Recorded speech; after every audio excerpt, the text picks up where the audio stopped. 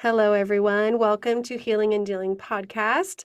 I'm so excited. Today I have Theresa Russel with us. She is an intentional home organizer, marriage and family therapist, and energy healer. As the founder and CEO of Home and Heal, she works with purpose driven women to release mental and physical clutter to create an energetically aligned and organized life. Hi, Theresa. How are you? Hi, I'm so good. Thank you for having me on. I'm so excited to chat with you today and to all your listeners. Yeah, I'm so excited too. You're going to really bring something different. I think that people just don't think about often about how much their space can affect them and their energy and I mean just everything to do with that. I love it because I personally really feel like my space has to be right in order for me to be in the flow or just my home, my office, this little office space that I created. All of that I feel ties in and yeah, I just can't wait for you to share your perspective with everyone. And I also know that you have been on a sober journey as well. So I'm kind of just going to let you start where you'd like to start and describe, what led you to making this beautiful business and how you got here. Yeah, so originally how I started my business was I lived in a loft. It was very much from my own personal experience of letting go. I didn't have any closets, any storage, nothing. So I just had to get really creative in the way that I lived my life and went about day to day. And I Mm-hmm. realized that I'm really pretty good at this. So I was talking to a friend of mine and she shared like, why don't you start a business from this, and kind of like piqued my interest because at that point I had no confidence or, thought of doing that. Mm-hmm. And so since then, I've learned so much being in each space, interacting with different types of people who are each going through their own journey. Right. And yeah, it's just been such a beautiful thing helping people in their homes and cultivating more clarity. So what does that look like? So clients will come to you and can you just describe what that interaction is and how you help them? Yeah, so I kind of have like a two-part process. First is all about the decluttering. I Mm, call it a declutter and donate session. And so this is where we get really clear on what is aligned with your life, because right. oftentimes we grow as people, but we don't think about growing with our home. And Right. so you might have items in the past that have this like emotional tie or memories associated with them that are just not like supporting you in your current space and Mm-hmm. your current life. And so really getting clear on letting what you are ready and willing to let go of versus what you would like to keep and what still brings you joy. Right. Uh, That's probably a hard one to let go of yeah, things that you've had for so many years. And decluttering is, I know everyone probably dreads it, but once you do it, it feels so good. it does. It feels really light, freeing because a lot of these, I like to say like each item has its own vibration. And depending on how like spiritually aligned or energetically tapped in you are, Mm-hmm. it's they do like each clothing item, each like other physical item, it holds that vibration of those memories. And so think about if you went to a certain concert or you interacted with a friend, maybe this is something that was gifted to you by an ex or somebody that you're no longer friends with, or Mm-hmm. even just like experiencing a really traumatic thing and you still are holding on to this piece of your life. That Right. impacts you whether your mind realizes it or not. Really? Wow. I never thought of that. I have Yeah. a lot of stuff I've held on to. Maybe it's time to go through it. It's funny, I have boxes of notes from like high school and journals that me and my friends would pass back and forth. And it always gives me a weird feeling when I go into that box, because it was such a Mm. hard time in my life. I wonder, I wonder how it would feel to get rid of that. That's So something to think honestly, that's what about. I help clients with, checking in, reflecting on that through that process. And I'm not a person that's going to come in and say, you have to get rid of X, Y, and Z amount of items, or like, Mm-hmm. you have to do this, you have to do that. It's more so about checking in and reflecting about how you feel about it. Yeah. And again, like tapping into the feelings, especially in your body, because your mind might think, oh, I need this. Oh, I really still would like to keep this. But your body, if you check in with your body might say something different. Mhm. Yeah. Yeah, it's interesting. My husband loves to get rid of stuff. Anytime we have the chance, or he's like, "What are you doing with that? Can we get rid of it? Can we get rid of that?" I'm like, "No, stop, stop getting rid of stuff." And I'll keep stuff in the back of my car and like hide it, what that I'm supposed to donate, and he's like, "It's still in there. It's been 2 months. This bag, this of clothes has been in there." I don't know. There's something about me, I tend to hold on to things more. He's more about Mm. like letting it flow because, so much more is coming in. We have to make space for the new things that we're creating in our life. So I love that. I love that you help people do that. You wouldn't think that it's like such a big impact on you, but it's so interesting that it is. What kind of benefits have you seen with your clients when they go through the process with you? They feel lighter, they feel more free, like mental clarity, and they gain time too. They're not spending time searching for items. Right. Usually gain money too, or like at least save money because they are not double buying things. Typically, Mm, I hear all the time like, "Oh, I lost that and I just bought another one." So yeah. that is money that's you're saving and time and effort that you're saving even like going out and searching and purchasing that item. That's so true. I think we do that a lot in my house. We were just talking about this weekend and going through our garage, so this will be a good topic for me to really dig into before we start that. So I'm glad we're talking. Um, how has your sobriety played a part in your business, and what did it look like before you stopped drinking, and what does it look like now? It's been huge. It's been hugely transformational in who I am, and I am so grateful that I am sober and I made that decision. And not saying that it hasn't been tough, it's definitely been challenging, and at the same time, I would not change a single thing about it. What's been So, challenging? I'm just curious.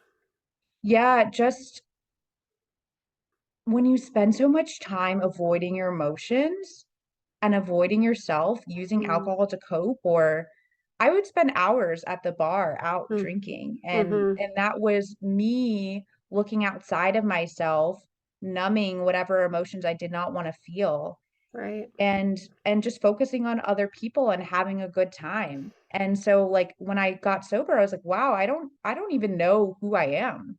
Who am I without alcohol? Yep. What am I gonna do with my life?" Like, I'm just been spending so much time at the bar, like, what do I even like to do? I know. I 100% relate with this, Teresa. I really do. I went through the same exact transformation. It's so incredible how removing one thing can just plunge you into this self-discovery mode. If you go back to episode, I think it's 3 with my alcohol journey, it's I say all the same things that you just said. It's like this best kept secret that you just want everyone to experience. So it's so powerful and really for me, it was about getting comfortable sitting with myself. Mm, And to be honest with yes, you, I'm still doing that. I'm still learning how to do that. It's been 16 months now and I've grown so much from it. And I still know that there's more to discover about myself. It right. because it's a journey. It's not just Yep. like 1 month, 2 months, like I'm back to myself type thing. Yeah, totally. So, what are some things that I'm kind of in that phase right now, 8 months where I'm comfortable being alcohol free. I can, socialize, but I'm still trying to figure out what I like to do. Like what came up for you when you actually started not going to the bar and doing things that you enjoy? I I poured myself into other things, if I'm gonna be honest with you, and I Mhm. think it's that addictive avoidance thing just translating over into other areas of my life. But this time, these things were more beneficial for me, like going to wellness events, networking with other women, Yeah. connecting with people. That was really pivotal for me at that point in my life. Mhm. And now, in the stage that I am in, I feel like I've moved out of that a little bit more. I feel like I'm going more into solitude, being with Mm. myself, like really breath work, meditation, Yeah. and finding joy in creativity and play that is not related to work. That is like a huge Yes. thing. Yeah. I feel like that's what this podcast is for me. It's Yeah, that's fun. amazing. That's so Yeah. beautiful. Yeah, it's not work. I enjoy doing it. It's fun and it gives me a chance to, you know, be artistic and be just in the flow of what I like to do, which is great. Yeah, and Um, you're sharing your message, you're sharing other people's message. You're gonna reach such a wide audience and people are gonna gain reflections from that and it's gonna be impactful. yeah, And for you might not sure. even realize like what kind of reflections they're gonna get from it. That's been the most fun part about this is hearing back Mm. from people and it's like, wow, they really listen to me. They listen to, my guests and just all the wonderful things that the listeners are gaining from listening. That's really what matters to me. I want the message to touch their heart as it's touched mine, and it's already happening, and I'm only 5 episodes in, so much more to Mm. go and so much more to explore. Um, so as far as now, you're 16 months sober. Are you Mhm. married or are you single? I'm Just engaged, you're so engaged? I will be Woohoo! married. Yeah, yeah. Awesome.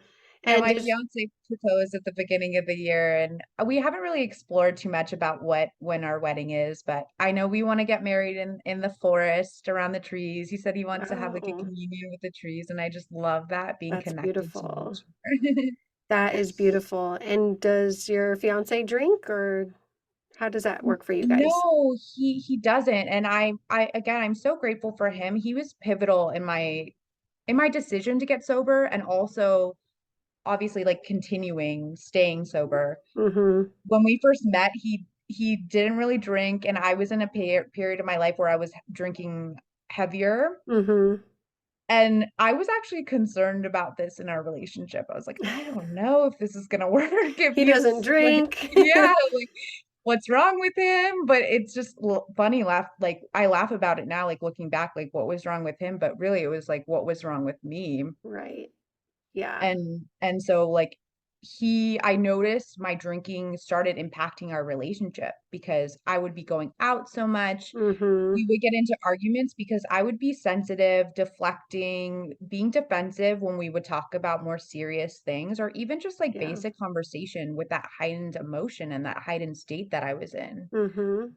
So, yeah, at one point I was like, I can't do this anymore. This is affecting the love of my life and like Yeah. I want to grow this relationship and I want to Yeah. grow for me too. Yeah, exactly.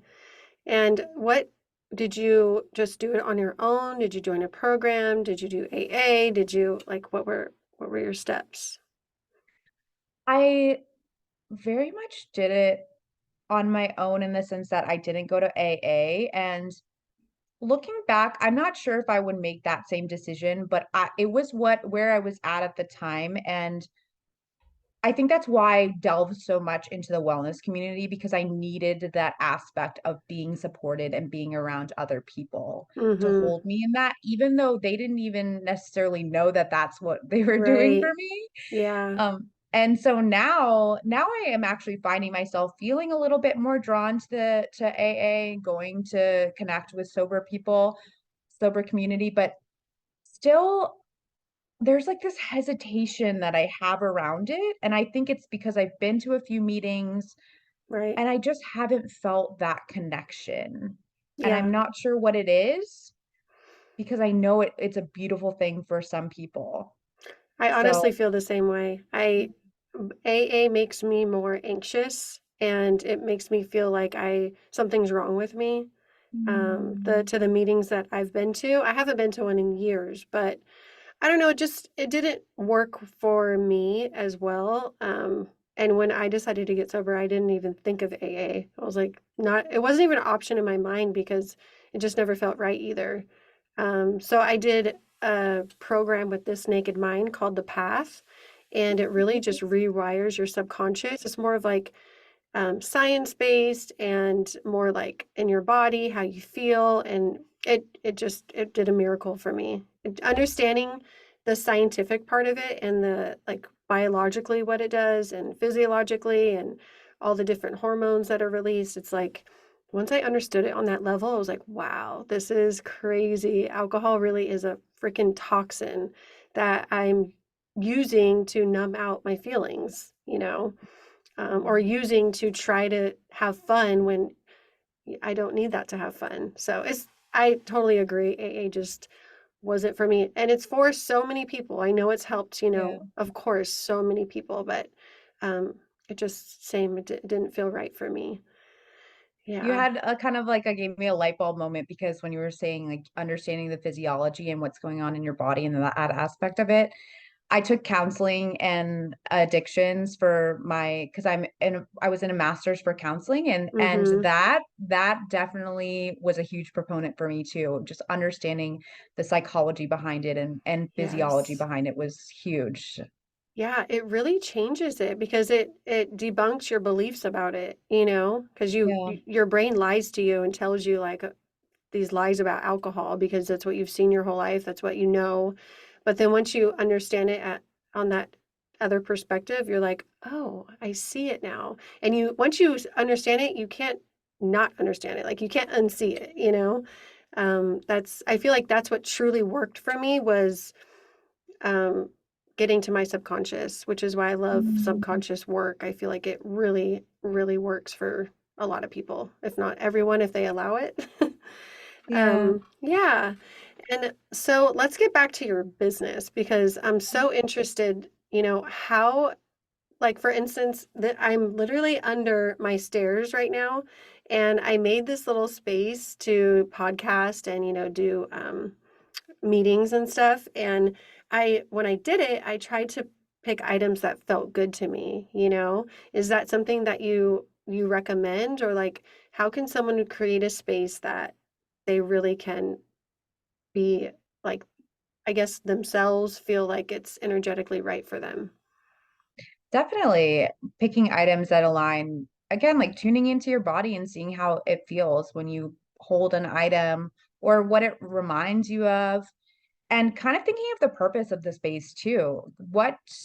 What feelings do I want to call in? What side of myself am I focused on in this space? For example, with Right. you, it would very much be like creativity and that passion and less of maybe, like, deep focus. So, like, Mm-hmm. thinking of the intention of the space and the purpose of the space too is helpful in cultivating that. Okay. So many people work from home now, right? So I feel Yeah, like that's probably something that's the boundaries are just like really all over the getting place. messed up. How do you talk to clients that work from home? How can they differentiate from like their work to being at home and like separating that? So, I actually just talked about this the other night at a women's collective, and it was all Perfect. about pre-work tips and post-work tips, really making that distinction. Sitting down when you or if you're going, because not everybody works in their home, but for those that do, making creating a distinct area if possible, and that might not feel good to you. Anything that I suggest that does not feel good to you or supportive to you, do not listen to me. I'm an expert in one sense, and you are the expert in yourself. So I just want to Right. start out by saying that. Okay. But with creating these distinct areas, it gives more of that intention again and that mindfulness piece of this is where I work. And so your brain is making those associations. Like I'm sitting Mm-hmm. down at my desk, I'm working, really coming to it with I the word intention just keeps coming to me. So That's okay. that. Yeah, Yeah. makes sense. Really coming with it to with your intentions. Like this is the feeling. These are the feelings that I want to cultivate. This is the space that I have for this. And like when you're done with work, even saying that, like I'm done with work. I'm shifting into doing X, Y, and Z. I'm Mhm. finished for the day. And sitting and breathing with that for a minute before moving on to the next thing. Because I Yeah. think where we get into trouble is moving from thing to thing so quickly, just being in autopilot, Mhm. and then we don't really have time to process or acknowledge that transition or any emotions that we're feeling throughout the Right. day. That's so true, especially if you're having, a stressful day at work, but you're working at home. If you don't really if you're not mindful of that transition, you're just gonna carry that stress right into your night with your kids and your family. Yeah. So that makes a lot of sense. For a while I was I still do sometimes. I just work on my bed, and I know that's like probably not good at all, but it's just I'm comfortable in my room. I like the energy in there and the space and the way I decorated it. um, but I did feel it kind of messed with the relationship with my kids and my husband, because it's like your laptop's open, you're laying in bed. So are you working, mom, or can we Mhm. play with you? It was kind of like a weird boundary there, you know? Yeah, yeah, I definitely understand. And that's funny that you mentioned that too, because that's what I was, again, what I was sharing the other night. And to be honest with you, sometimes it's okay to work in bed, like, you feel comfortable, you feel cozy, you wanna do that. Just being mindful of the balance of things, Mhm. because, again, like, with the purpose of the bed is typically to rest, to be intimate, like, to like you were saying, you connect with your kids and stuff in that space too, Mhm. and and so that's why it's important to be mindful, and at the same time, not, like, giving yourself guilt or feeling shame if you do work in bed every once in a while, or if that feels really comforting to you, Yeah. because, yeah, that's not gonna help anything either, you know? Right. Right. One thing I've really learned over the last year or so is having compassion for myself and just being kinder and not so Yeah. hard. And so I love that you said that, like let the guilt go, let the shame go. It's okay. If you spend a day working in bed from your laptop, we're not always going to be on point and doing everything perfectly. So giving ourselves that permission is so important, and something I recently learned, or even after work, having that, even when you walk in the door, having that transition time where, okay, I got off work, I'm tired.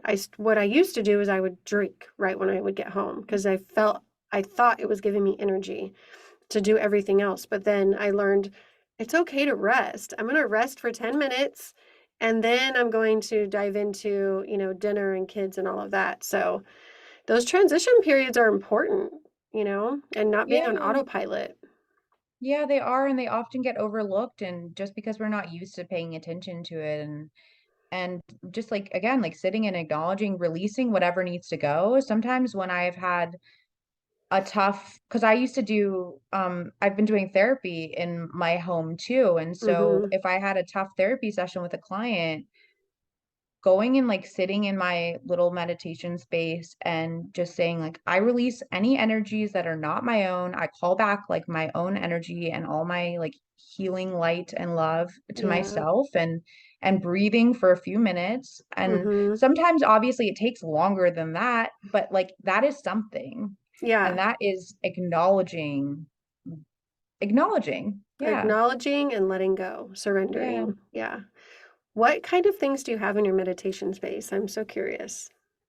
Yeah, I like to incorporate different things for the senses, and I recommend this for anybody, really.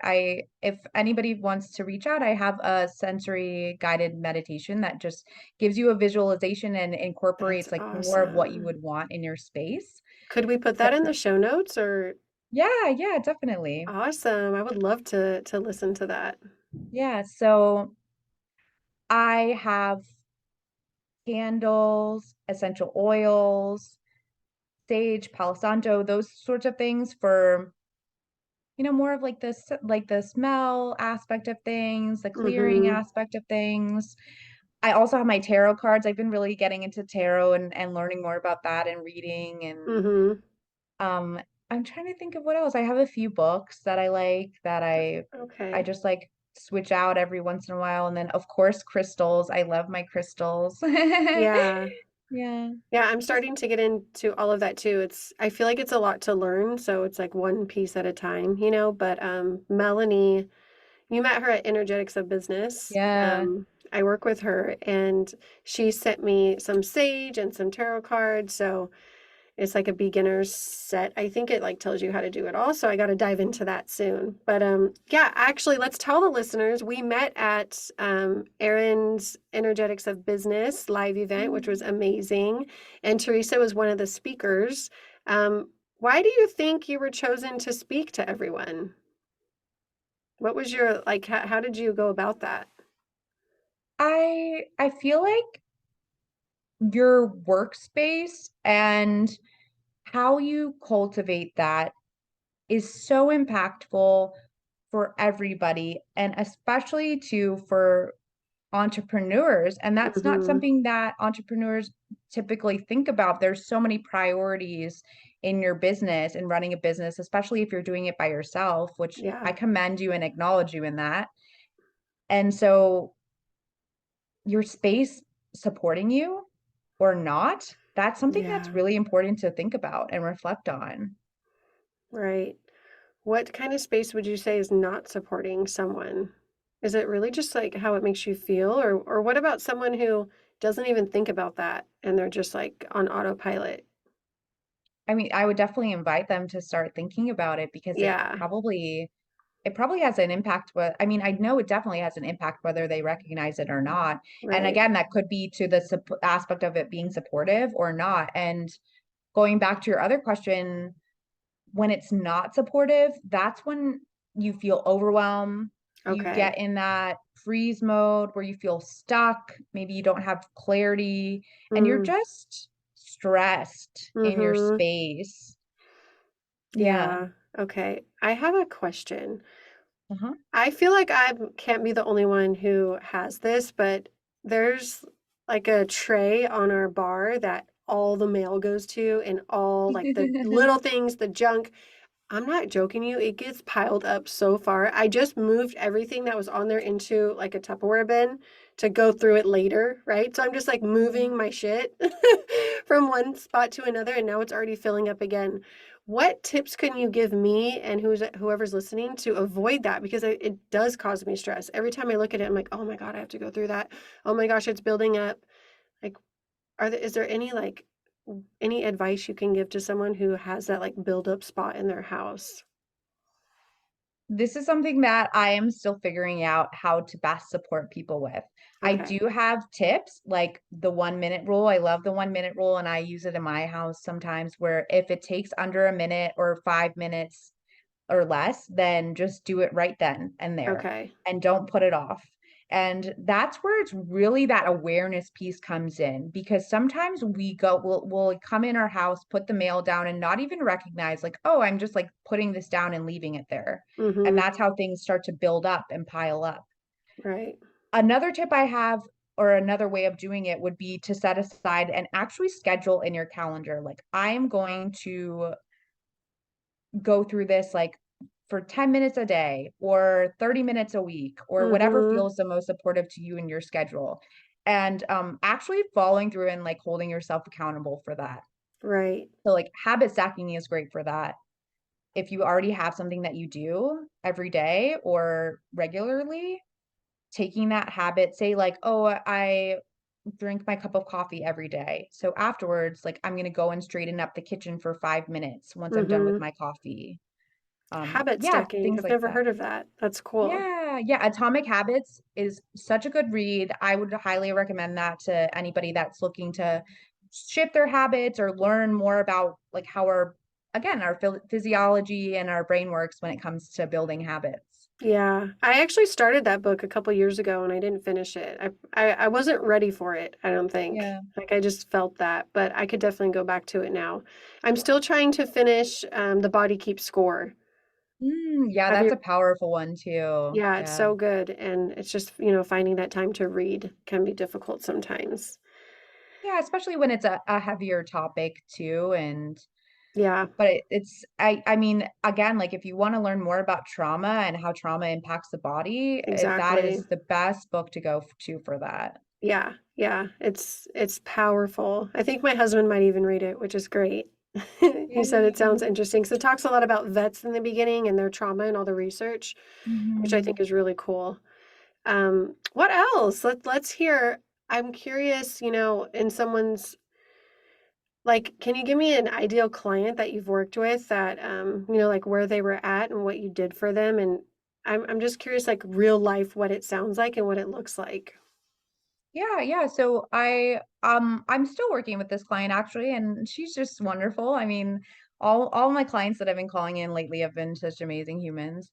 But I she's like a single mom and she has 2 kids and she just again, like, the piles that you were talking about, that's something that she has in her life, and so, Mm-hmm. when I went in and we just decluttered and got rid of a lot of things, Yeah. that really helps, that truly helps because the less items that you have to actually stay organized and put away, the Mm-hmm. easier it's gonna be, the less time it's gonna Mm. save. I mean, Yeah. the more time it's gonna save, Mm-hmm. and so I would say, like, that has been hugely impactful, and then just also, like, getting her kids on board, like, with it sounds like that could be beneficial for you, like, having a Yes. conversation with your kids or your husband, and again, like, that's another thing that I have, I hosted a 5-day sacred space masterclass, and one of the days was all about intentional living tips for couples Oh and my gosh, how families. awesome. Yeah, and so really, like, having those conversations as a family and recognizing that you while this is your space, it's also their space. Mm-hmm. And Right. so, like, when she had her kids on board, for example, it was so much easier to just, like, keep it going and feel that motivation because everybody was doing it and everybody was on the same page.